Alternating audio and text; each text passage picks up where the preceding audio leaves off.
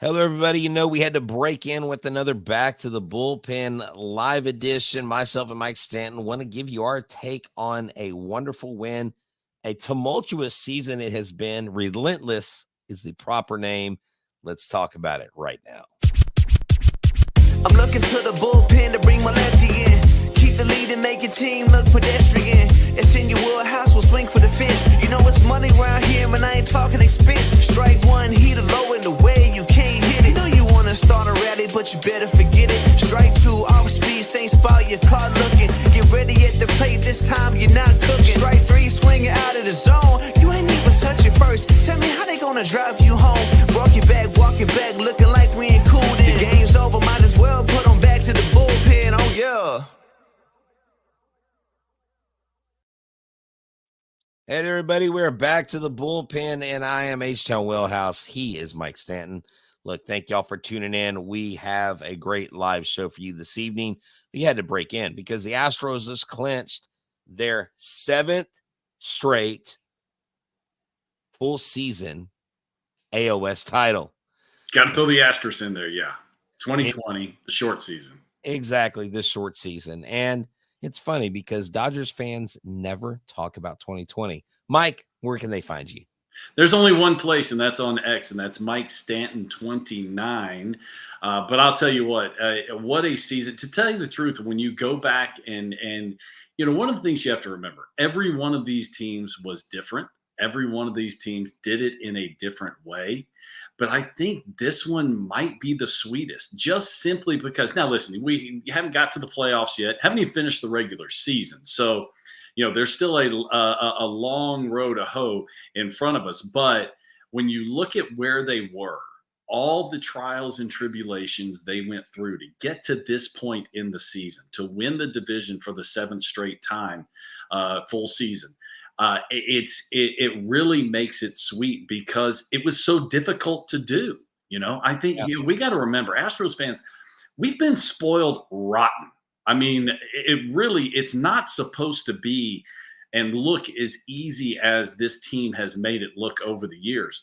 Well, when you go back and you look day to day, week to week, month to month of this season, this was anything but easy. I mean, the injuries, the lack of performance, the way they got off, 12 games under 500 twice this season. Yeah. And for them to kind of right the ship. And the crazy thing is how quickly they did it. They did it over about 3 weeks.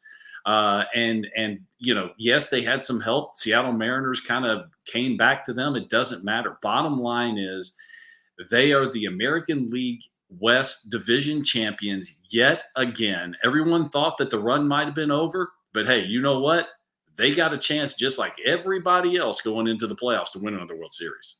Yeah, that's right. And, one of those guys that has helped be a steady force in this season, especially this second half, has been Framber Valdez. I mean, this guy, 2-1 in September, 3-1 in August, 4-0 in July. He had a rocky start, 1-0, 2-3, 3-2. Then July hits. This guy's only lost a couple games in the second half. And he wasn't his best tonight, Mike. But speak to me from the pitcher's perspective. When you're not at your best and you have the division clinching game is on the line, no matter how much of a veteran, is that always extra pressure on the starting pitcher?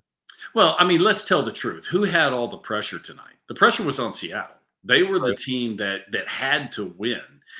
I've been saying this for weeks now, even on this podcast, that this team, they're going to win the West. When are they going to do it? Not sure, but they're going to win. So it wasn't a situation of if, it was when. And, it happened to be tonight. And so, but Framber has been such a steadying force in this rotation. It's been really incredible to watch the maturation process that happened through his career to turn himself, from a guy that always had great stuff but could not control his emotions to save his life. As soon as something bad happened, he would fall apart early in his career. Well, he fixed that. He became a father. I think that had a lot to do with it. Mm-hmm. But not just becoming, a good pitcher. We're talking about one of the dominant left-handers in Major League Baseball. And when he is right, he is good as anybody in this sport, righty, lefty, it really doesn't matter. And I love the fact that he has realized what has made him so successful. And what is that? That's the heavy sinking fastball and the curveball. You want to throw the changeup. He's always thrown the changeup. He just didn't throw very many of them early in his career. Right. He's tried the cutter. He's tried the four-seamer. He's even thrown some sliders and sweepers. Get rid of all that stuff because your two pitches are so dominant. The hitters just simply can't do anything with it. Now, when you're a number one, when you're a guy that is a top of the rotation arm, a guy that everyone is counting on, not to just go out and give your team the chance to win, but go out and dominate. He's done that for the most part in the second half. Now tonight, he didn't have his best stuff, but he was good enough to keep it close enough that the offense could come back against a pitcher that has been as dominant as anybody in the sport in Logan Gilbert. He was just outstanding. I mean, the record he had, they said it, TK said it late in the broadcast, 37-0 when the team gives him 3 runs. That's crazy. They had never lost a game with him on the mound when they had given him 3 runs. Well, guess what? He's 37-1 now. So the unfortunate thing about records is they're made to be broken, and that was an incredible run that he had been on. And who better to do it than the Astros, who've been your ultimate nemesis over the last several years. Exactly. And I was at the game the night before. I was hoping they would clinch then. Yeah. And then when I saw who the pitcher was today, I was like, I guess we can wait till Wednesday. Well, the crazy thing was it was a TBA. They didn't announce him until late last night. I checked before I went to bed, and it was still actually TBD, to be determined. Right. That they had not, and then I woke up, I was like, really, Gilbert? I mean, I was thinking maybe there was some kind of issue or something they couldn't. And that's one of the reasons why. Listen, Seattle still has a chance to make the playoffs. They're still in the running for that third wild card. And that is a team you do not want to face because of that starting pitching. The starting pitching can dominate and shut down any lineup.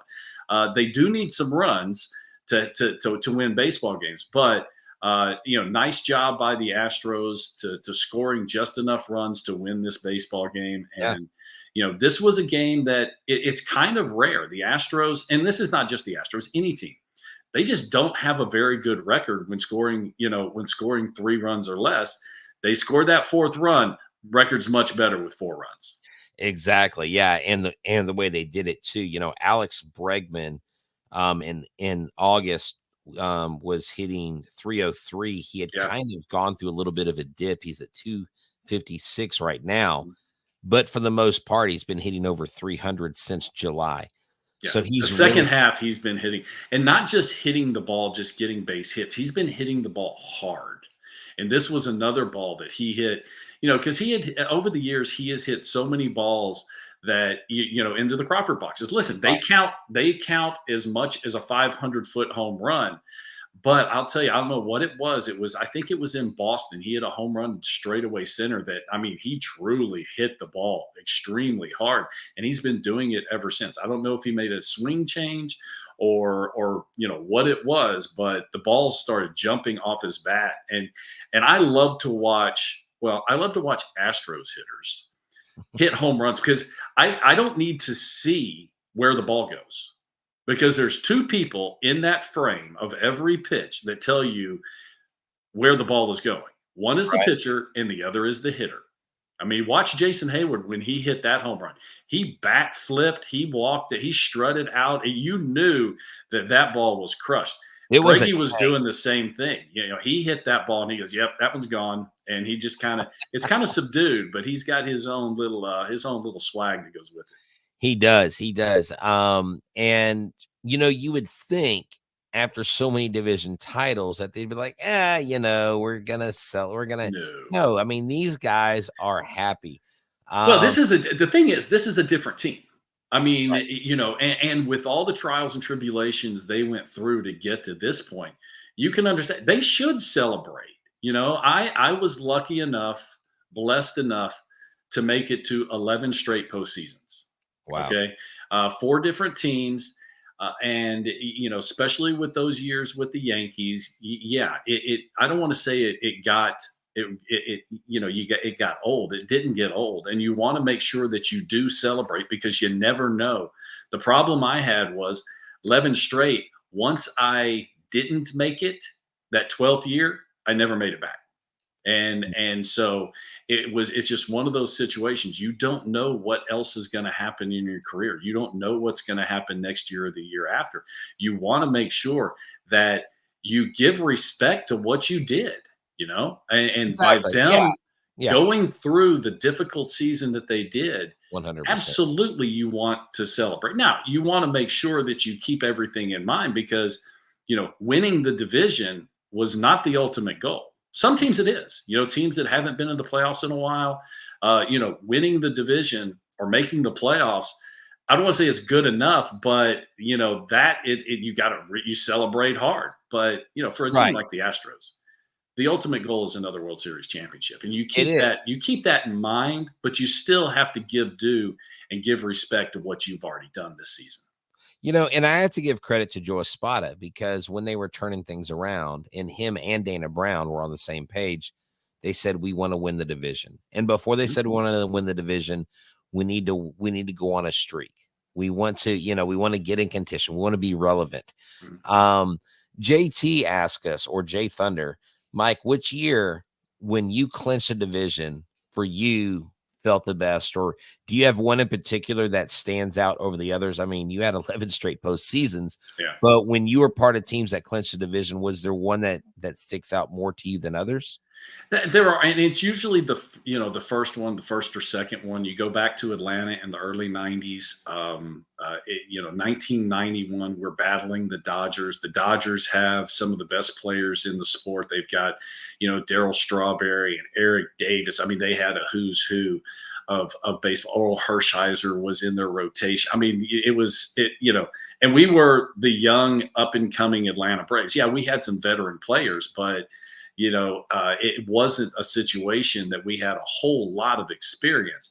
We were just really, really talented. But I think the Dodgers came into Atlanta maybe the last series of the year, and we were down by a game. We had not won anything at all. And I think we won the first 2 games of that series, and maybe we were tied, and we won the first 2 games of that series to win the NL West. You remember there was only 2 divisions back then. Right. That one was really cool. That's when the tomahawk chop had started, and Atlanta just exploded with Braves fever. It was really cool. I just got goosebumps. We were in, so this isn't the playoffs. We're still in the regular season. The Dodgers are in town. Countless people had the big strawberry hat on with the hatchet in it. Yeah. The tomahawk in it. So it was really cool. But we had like 4 radio stations stationed around Fulton County Stadium. Now you got to remember, Fulton County Stadium was a cookie cutter stadium. It was a multi-use stadium, so it was just a circle. It was just and it was enclosed. But you could hear the fans during home BP, which you got to remember, the gate's not open during home BP.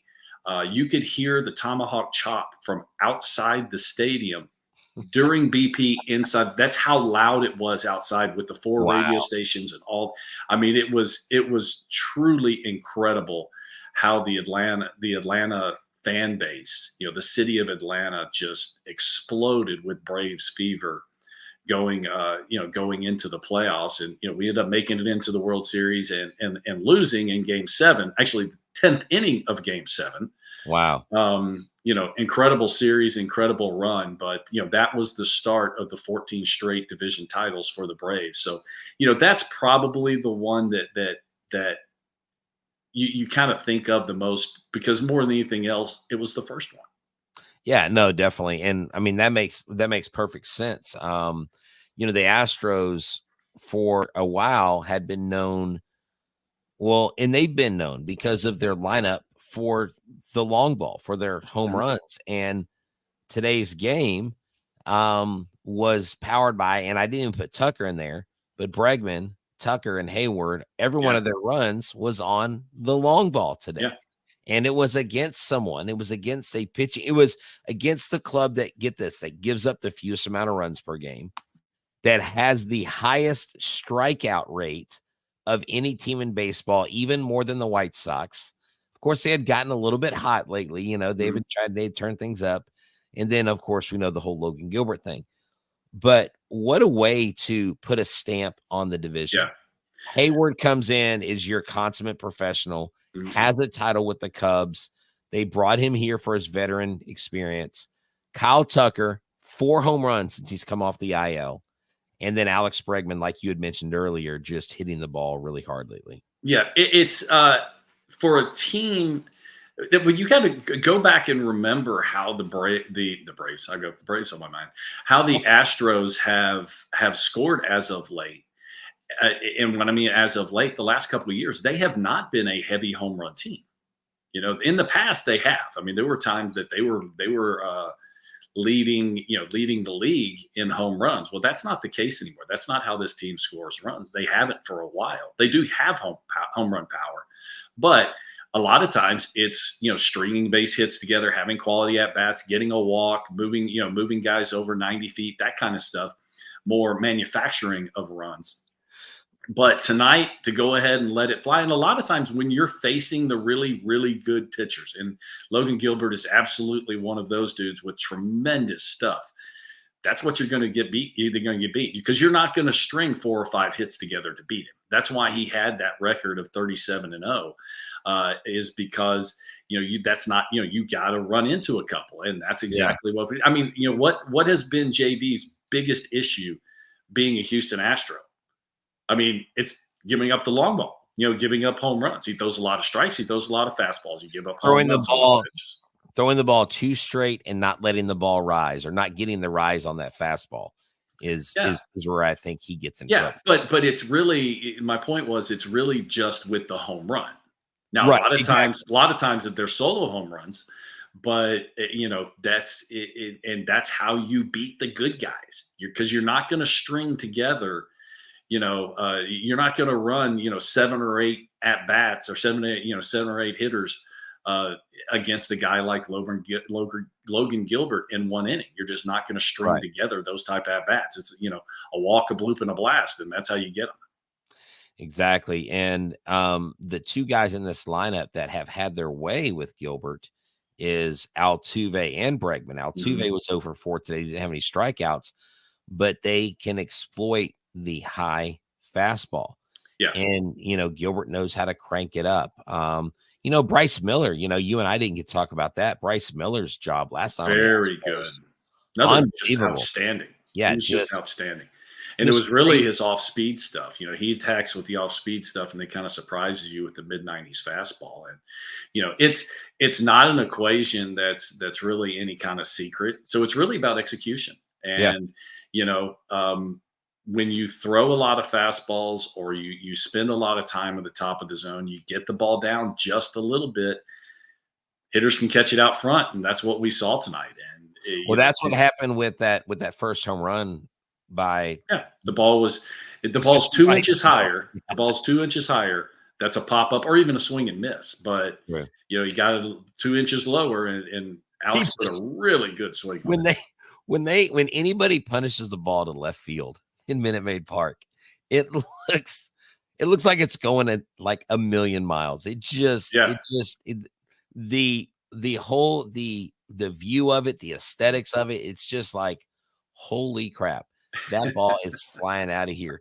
Speaking about balls flying out of the ballpark, we don't have Yordan Alvarez. Yordan Alvarez went down with an unfortunate injury.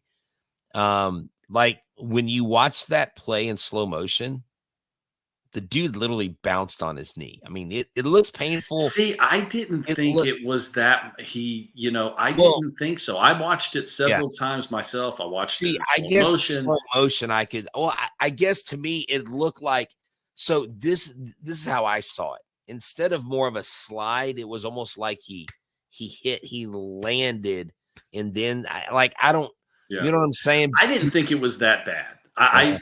Listen, when you slow motion anything, you can make anything look really violent. True. It wasn't like he stuck his knee in the ground and he didn't No, it move. wasn't. Right. You're right about that. But listen, this is a big dude that has had bad knees in the past. Okay, he's there. It's been a long season. There's bumps and bruises everywhere.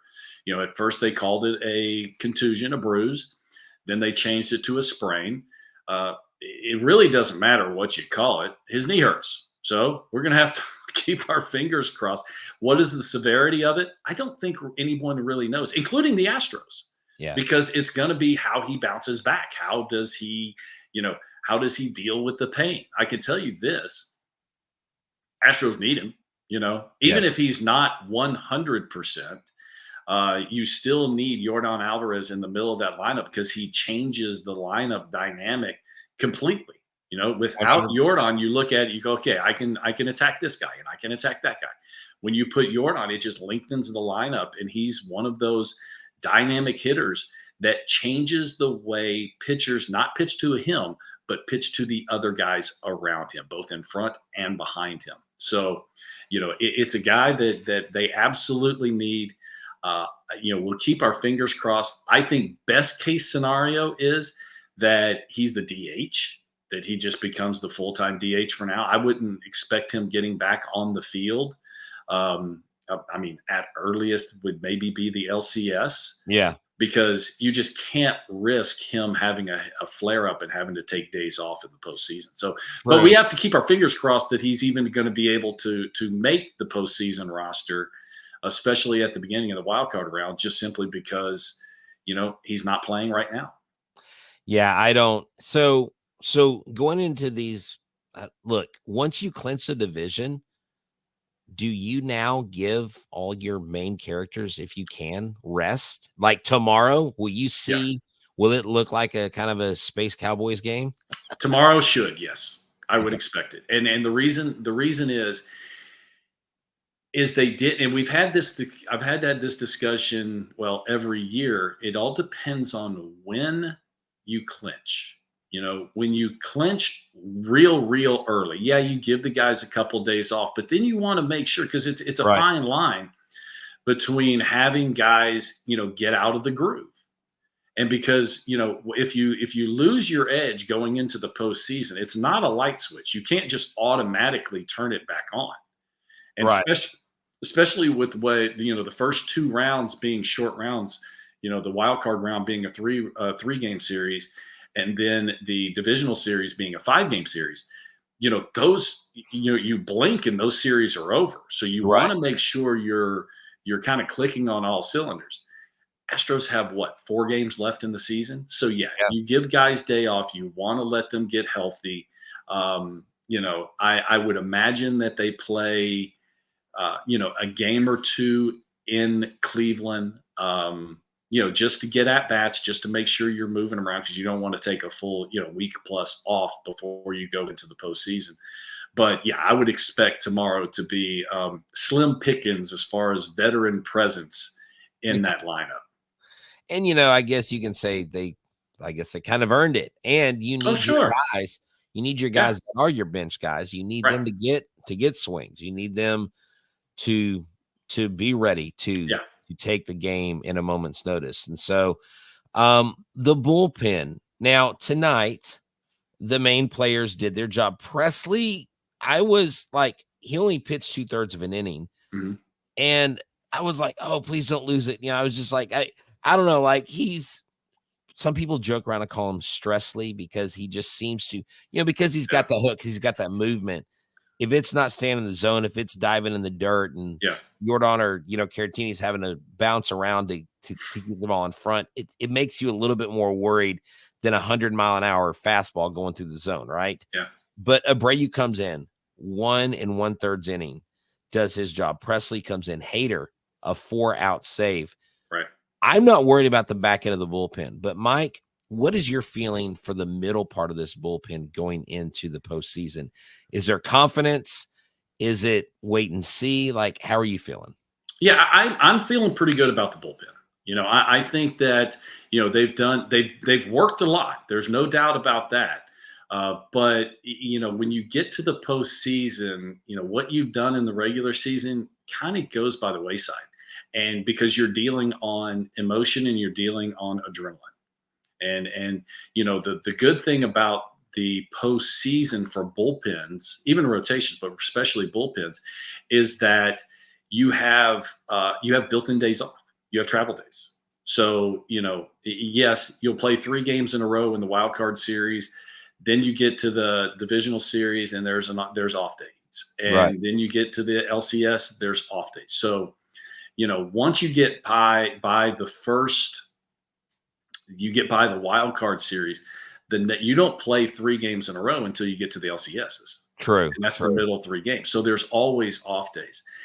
How is it going to set up? Well, I think that you're going to have at least one of the starters in the bullpen that's going to help you. And, whether it's going to be Reno Blanco or it's going to be Spencer Arrighetti, you're going to have that option to have them in the bullpen. So that helps you out. Hopefully Taylor Scott can get better. Taylor Scott has been a huge part of this bullpen and had a tremendous season. There's rumors that he could very well be back for the postseason. So you keep your fingers crossed there. But what you're going to do is you're going to rely heavy on your starting pitching and Right. try to get to the 3-headed monster at the back end. I mean, that's how this bullpen is designed. That's how you're going to live and die. Starting pitcher comes out after 5, you got to figure out how to get through the 6th inning. So that's how it works. But I feel pretty good about where the bullpen is right now, especially now that they have a little bit of time to give these guys a couple days off. Maybe pitch 1 game in Cleveland to get ready for the wild card series starting on Tuesday. Yeah, no. And someone mentioned they were like, actually, Brady's been making me more nervous than Presley lately. Presley's actually been performing. I just think it's his stuff and where the ball's going. Maybe for me, it's a sight thing. Like when I see that ball, just that big hook coming and stuff. But to me, what's always been the key to Presley is his slider. It's not his curveball. Okay. Because he throws a lot of sliders, and if the slider is on and he's putting it where he needs to, he's got good location with it. I think he's fine because he actually pitches with his slider. He has done lately. He has started to throw the fastball more, but I still think the slider is the key. If the slider's not there, then he's kind of searching. And the problem with being a short leverage reliever, you don't have time to search. Yeah. And you have to go in, and it's time to get dudes out now. So. Well, did you see how Hader was ramping up? Did you see how fast he was? Like, it was like he was about to, like he was doing a relay. I mean, he was out there. I was like, oh my gosh. And that's something that everybody, and you go, well, Josh Hader, he's had so many saves and he's pitched in the postseason. I was, especially early in my career, I was kind of the same way. I could not get the ball back to the plate fast enough. And you have to learn to control those emotions in the postseason, because when you start getting fired up and you start rushing, the brain kind of goes away. And you kind of need it to kind of think through make sure your pitch location, make sure your pitch selection is where it needs to be. But when you get too revved up, that can be a bad thing. Exactly. No, but when the first 2 pitches I saw him throw like that, I was like, hey, I heard you saying, don't waste all your bullets. Wait to get on that. That was my mindset going in. But I think the key for if we jump to the wild card, just here for a few minutes, I think the key for that, obviously, if you're the host, you want to win the first 2 games. You don't want the other team to win the first game or the middle game. You want to get it taken care of in 2 games, reign supreme at home. And if that happens, I think you go Fromber, Hunter, and then if there's a 3rd game, do you think they go Kikuchi in that 3rd game? Oh, of course. I mean, that's your 3. And I think it's in that order. You want to break up the 2 left-handers, even though they don't throw the same stuff. Right. You still want to go back and forth a little bit, give the hitters on the opposing team, just different looks. So I think that is the list. Now, they're not going to, Joe Espada and the Astros, they're not going to announce that until the very, very Oh, last no, second. But I exactly. think that's how it's set up. That Fromber is your number one, and then you have Hunter come in number two, and then Kikuchi three. And then you have to figure out what you're going to do. Do you put both Arrighetti and Blanco in the bullpen? Does one of those not make this first round? This first round of the playoffs, the roster. I mean, there's a lot of questions that have to be asked. Now, so let's just say let's just say perfect scenario. Astros win the first two. They go on to the ALDS. So Fromber and Hunter aren't going to go in game 1 or 2. Do you start Kikuchi as your lead guy and Justin Verlander being a part of the ALDS roster? Does he have to have a dominant start against the Guardians before the playoffs for him to earn that? Because you and I said his most important start was the one he just had, and it wasn't very good. Yeah, and he started off throwing the ball well in that start, but then he had the big inning and only ends up going 4 2/3. Yeah, the 5th inning really hurt him. So I don't know. I mean, that's a tough question. You're talking about a first ballot Hall of Famer. You're talking about a guy that has been as good in an Astros uniform as anyone that's ever taken the mound. Just a spectacular run as a Houston Astro. And you have to remember, one of the reasons why Detroit let him go was because I think Detroit thought he was done. Yeah. Oh, and then he comes into he comes here into God's country, and I mean, it was just incredible. Yeah. The adjustments, the quick adjustments him and Brent Strom made, and then just the run that he had been on. Now, this is a what have you done for me lately situation, and he is not throwing the ball well. So, and if you listen to his post game sound, I think he admits himself he came back too early. He's not completely right. Physically, he may be, but the mechanics aren't there. So I think that, and what does Justin want more than anything else? He wants to win first. Then he wants to pitch and win. So I think it's a situation that, I don't know. He's definitely not on, and this is just my opinion. I have no inside information. Okay. But I don't think he's on the wild card roster. I think that's easy. I don't know if he's on the DS roster. He might not be. Just simply because, I mean, you have guys that have been relievers all year, and it is not that easy to just be a starting pitcher and go into the bullpen. It's not, all relievers were starters at one time. All starters can't be good relievers. Exactly. 100%. Now, looking at, and we've got a few people asking us here, looking at the wild card. Now, I said earlier, and I was talking to a friend today, and I said it again tonight, and I want to know your thoughts. A young, inexperienced Tigers team that's hot, or Kansas City Royals, who has a possible MVP on their team, very good pitching staff, and the Astros have swept at least once this season. If you had a choice, and they said, okay, Mike, you get to choose the opponent, are you going Tigers or are you going Royals? Well, if I'm going to choose the opponents, I'm probably going Twins. But they're on the outside looking in right now. Right.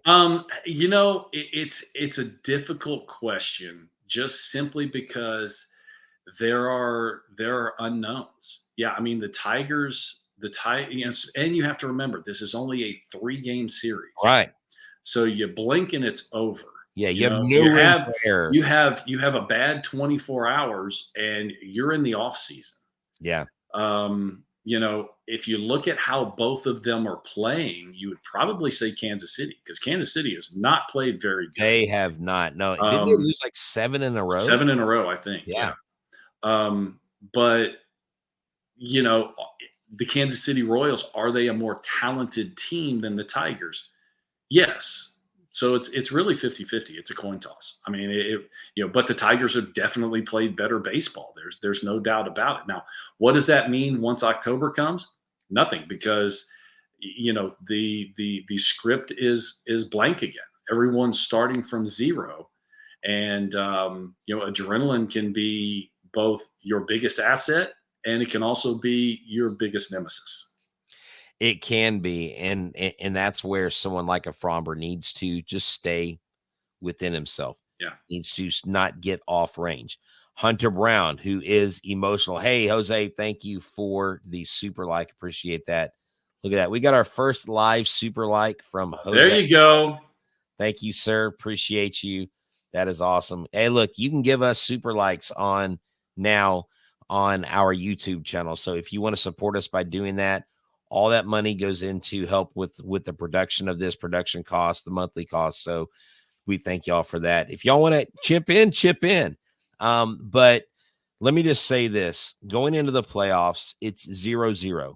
Mm-hmm. Everybody starts, like you said, it's a blank slate. And the other team you're playing isn't going to go, oh my gosh, this team's been in their 8th straight postseason. We should fear them.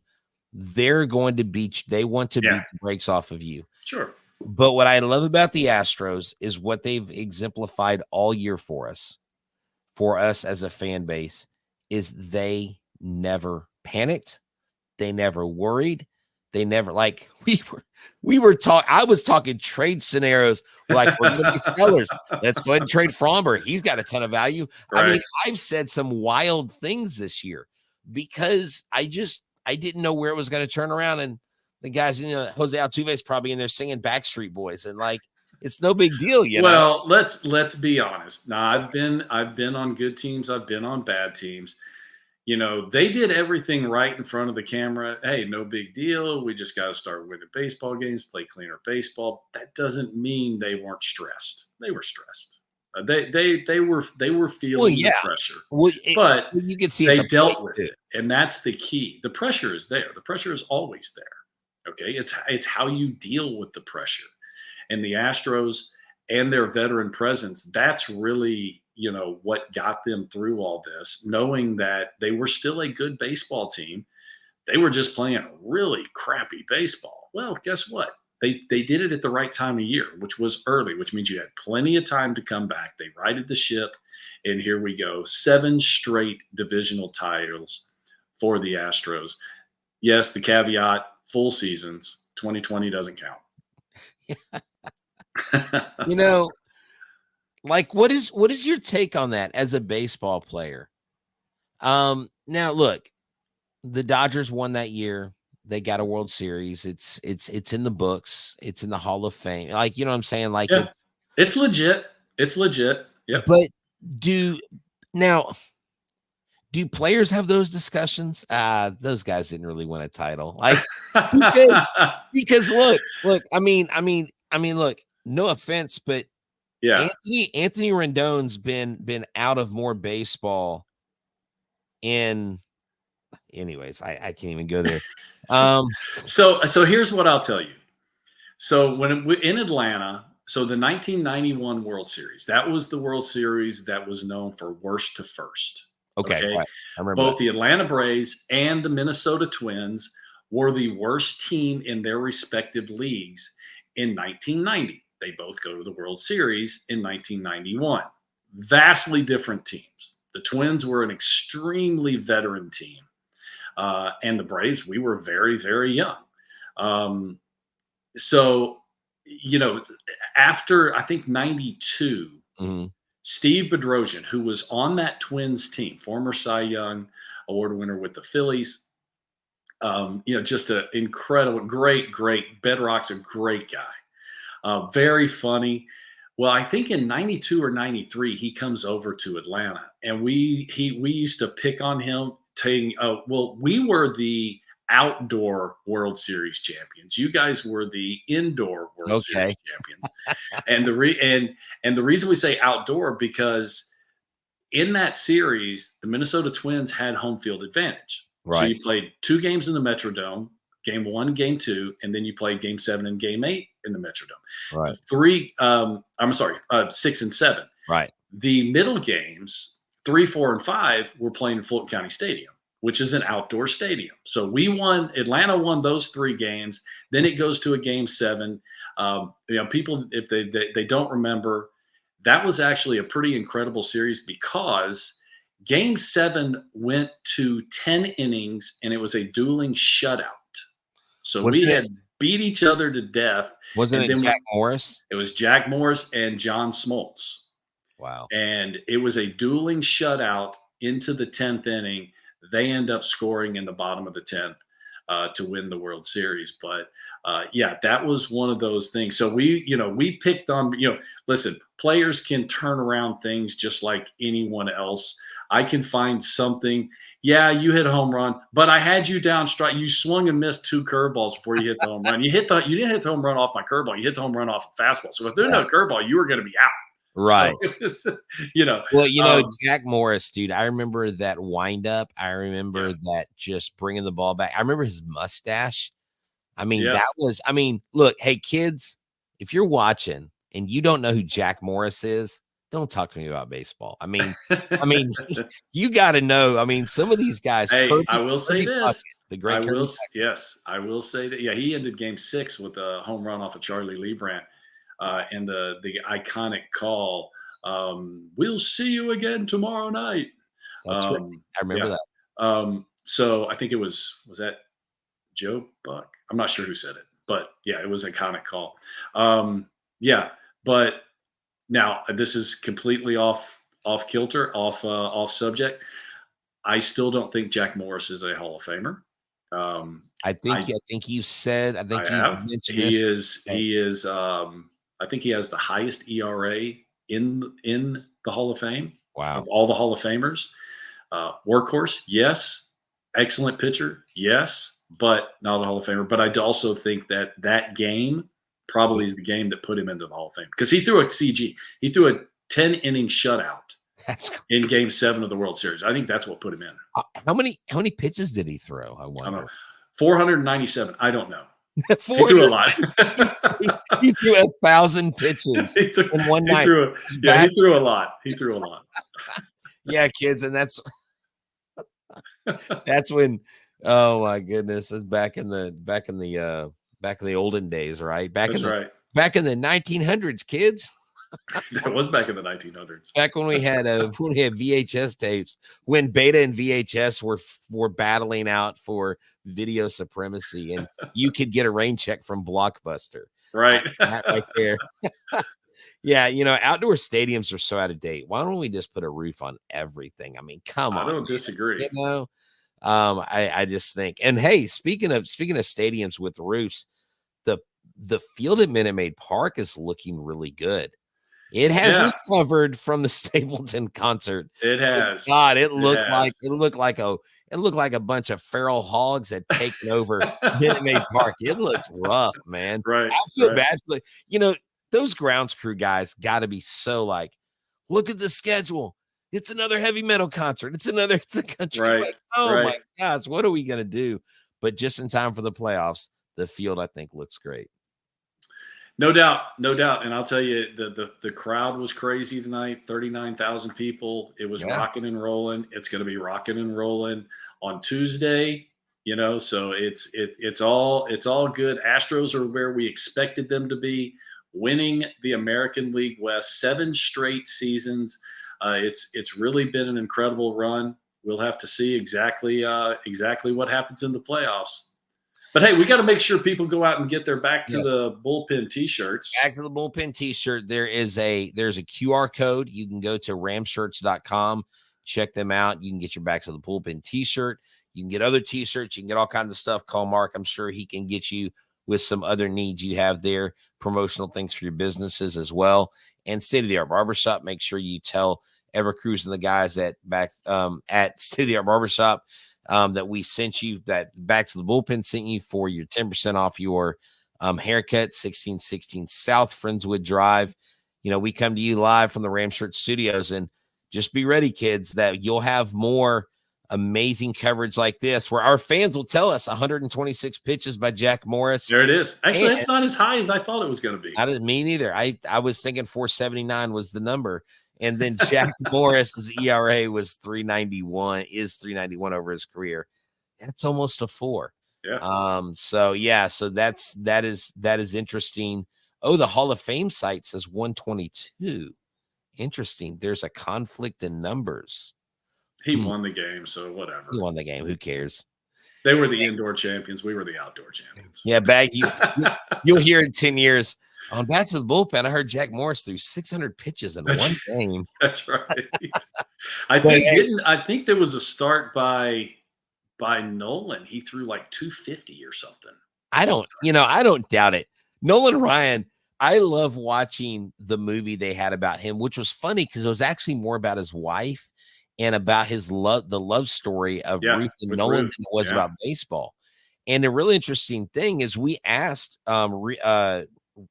Jackson Ryan, his grandson, who I'm friends with. We said, what is the coolest moment that your grandfather told you about his career? And he says, I don't know. He never talked about baseball. Yeah. Nolan never brought the game home. No, he wanted to talk about his ranch and his cows. Yeah. And he said he was more concerned about us and what we were doing. I just thought that was cool. That's just a good old Texas boy from that's who Nolan has always been. That's right, man. Well, hey, this has been a great show. AOS champs again. I'm H-Town Wheelhouse. He's Mike Stanton. Back to the Bullpen. We're going to have more exciting coverage over the postseason in 2024. I'm excited. He's excited. Y'all have a good one. Thanks, y'all. Thank y'all for tuning in, and thank you for the super like tonight. We appreciate it. Adios. I'm looking to the bullpen to bring my lefty in. Keep the lead and make your team look pedestrian. It's in your wheelhouse, we'll swing for the fence. You know it's money around here, man, I ain't talking expense. Strike one, heat a low in the way, you can't hit it. You know you want to start a rally, but you better forget it. Strike two, off speed, same spot, your car looking. Get ready at the plate, this time you're not cooking. Strike three, swinging out of the zone. You ain't even touch it first. Tell me how they gonna drive you home. Walking back, looking like we ain't